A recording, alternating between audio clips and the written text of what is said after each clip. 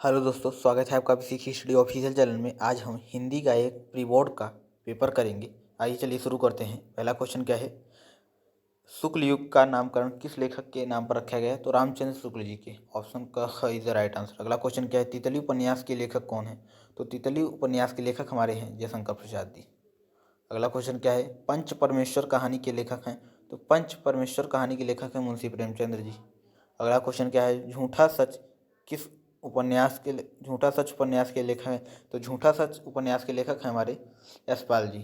कौन है? यशपाल जी। अगला क्या है, क्या भूलूं क्या याद करूं किस विधा की रचना है?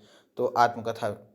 ऑप्शन का इज द राइट आंसर। अगला क्वेश्चन क्या है, कौन रीति काल के कवियों में नहीं आते हैं? तो प्रेमधन ये हमारे भारतेंदु युग के कवि हैं। अगला क्वेश्चन क्या है, कवि कवि प्रिया के रचयिता हैं? तो कवि प्रिया के हमारे रचयिता हैं केशव दास जी हैं। ऑप्शन ख इज द राइट आंसर। अगला क्वेश्चन क्या है, कौन रीति सिद्ध कवि में आते हैं? तो रीति सिद्ध कवि में हमारे आते हैं बिहारी जी आते हैं हमारे। अगला क्वेश्चन क्या है, साकेत किस काल की रचना है? तो साकेत हमारी द्विवेदी युग की रचना है। अगला क्वेश्चन क्या है, छायावाद के बृहत्तरी में कौन नहीं आते हैं? तो यहाँ पर हमारा हो जाएगा अज्ञेय जी। अज्ञेय जी नहीं आते हैं। चलिए अगले क्वेश्चन में चलते हैं। अगला क्वेश्चन क्या है, करुण रस का स्थायी भाव क्या है? तो करुण रस का स्थायी भाव शोक है। अगला क्वेश्चन क्या है, कौन रस के अंग में नहीं आता है? तो सोरठा ये रस का अंग नहीं है। संचारी भाव की संख्या कितनी होती है? तो संचारी भाव की संख्या होती है 33। अगला क्वेश्चन क्या है, परिवर्तन शब्द में उपसर्ग है? तो परिधनवर्तन परिवर्तन। अगला क्या है, चक्र प्राणी में कौन सा समाज है? तो चक्र प्राणी में हमारा बहुव्रीहि समास हो जाएगा। गोधूम शब्द का तद्भव क्या होगा? तो गोधूम शब्द का हमारा होगा गेहूँ। अगला क्वेश्चन क्या है, यूयम शब्द में किस विभक्ति का प्रयोग किया गया है? तो यूयम शब्द में हमारा किया गया है बहुवचन प्रथमा विभक्ति। ऑप्शन ग इज द राइट आंसर हो जाएगा। अगला क्वेश्चन क्या है, वह पुस्तक पढ़ता है यह किस प्रकार का वाक्य है? तो यह एक सरल वाक्य है। अगला क्वेश्चन क्या है, राम गृह गच्छत इस वाक्य में वाच्य बताइए? तो इस कृतवाच्य है क्योंकि इसमें कर्ता ही प्रधान दिया गया है।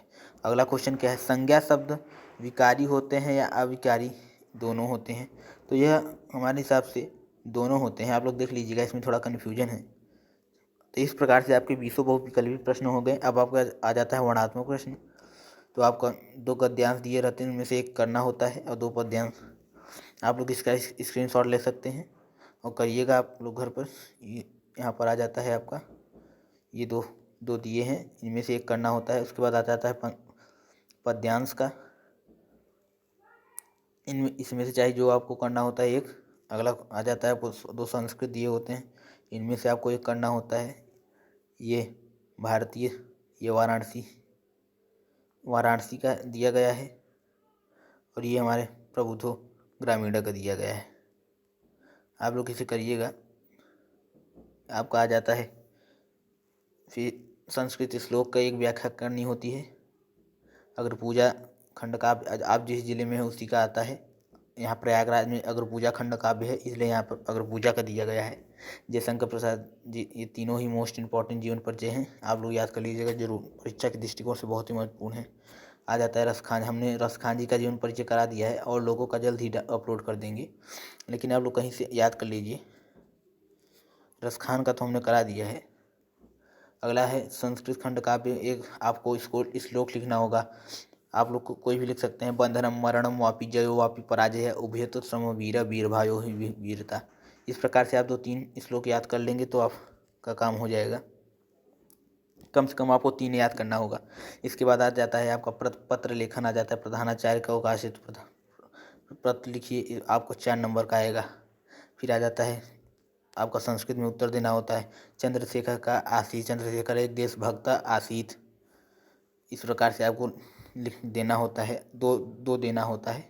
आप लोग इसे भी याद कर लीजिएगा।